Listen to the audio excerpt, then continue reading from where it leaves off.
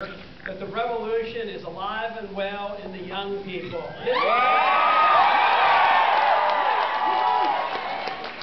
I think that is worthwhile because it is up to you. It is your generation that's going to get a bum rap if we don't clean up this mess. So it's in your own interest, really, to find out what's going on in this country, and obviously you must know something about what's going on. You know, I kid a little bit about, young people waking up to what's happening. You know, they tell us that our public education system isn't doing all that well. I would like to improve it, by getting rid of the Department of Education, but that's another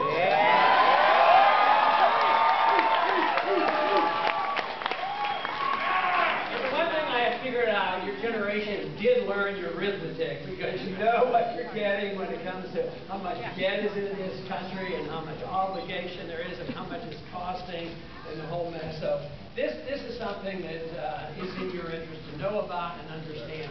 But we do have a lot of problems and you're inheriting these problems. But what is so great about it is that we have an answer for it. And it can be found in the Constitution of the United States.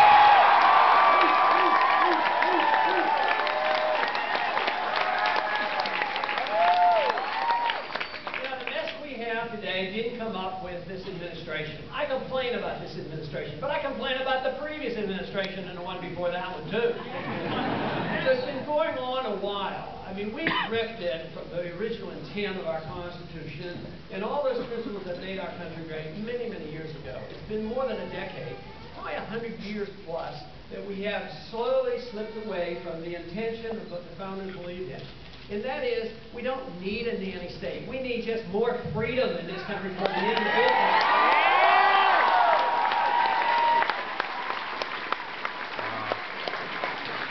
And of course, with freedom comes responsibility. A lot of people think we can be free, but if things don't go well, then we can rob our neighbor and get taken care of. But the whole thing is if we want our freedom, we have to assume our responsibility. That means our lives become our own to make good use of, or if we don't, then it's our own fault and we have to bear the responsibility. Economically, it's the same thing. If we want our freedom, we have our right to our life, we have our right to our liberty, and we ought to have the right to keep the fruits of our labor. You're going to listen to what he's saying. You're going to listen. We all believe in that principle. Dealing with the tax code is rather simple. If you're allowed to keep the fruits of your labor, we'd repeal the 16th Amendment and let you keep everything.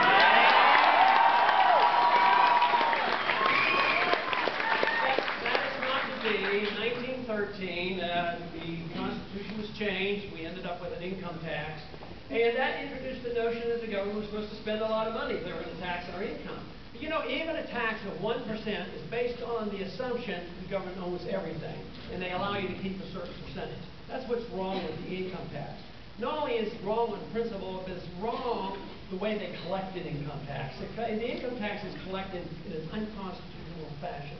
Anybody who has had to deal with the IRS realizes that they're guilty until proven innocent, and they have to convict themselves and if they don't, they're in big trouble. So one of these days, I think we have to change the tax code. But we can't change our tax code until we change our attitude about spending. As long as this government, and as long as the people think the government should be doing all these things they shouldn't be doing, how are they going to pay the bills? First, they tax us. Then there's a limit on taxation. So they say, well, we'll get away with borrowing for a while. So then they start borrowing. Of course, we have been borrowing up to the hilt now, and we as a country owe over $9 trillion. But you as a generation owe $60 trillion of obligations in the entitlement system. We're dependent now on borrowing from China. Even then, there's not enough money. So what do? They come up and they say, well, if we come up short, we devise this little trick called the Federal Reserve System to print money. If we want to have ultimate reform in this country, limited government, individual freedom, balanced budget, we have to change the monetary system, and we should get rid of the Federal Reserve System. Yeah!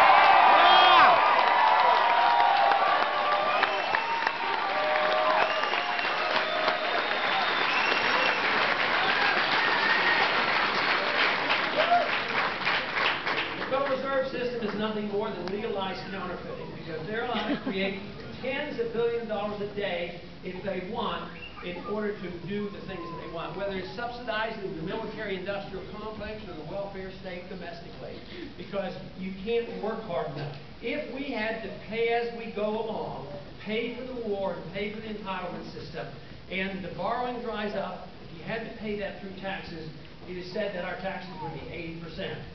And obviously, it can't be done. If your generation doesn't get a better deal, that's the type of taxation that you'll have to face up to. So this is the reason why it's so important. It's important because it's financially a threat to us all. But ultimately, the real threat to us right now is a threat to our liberty.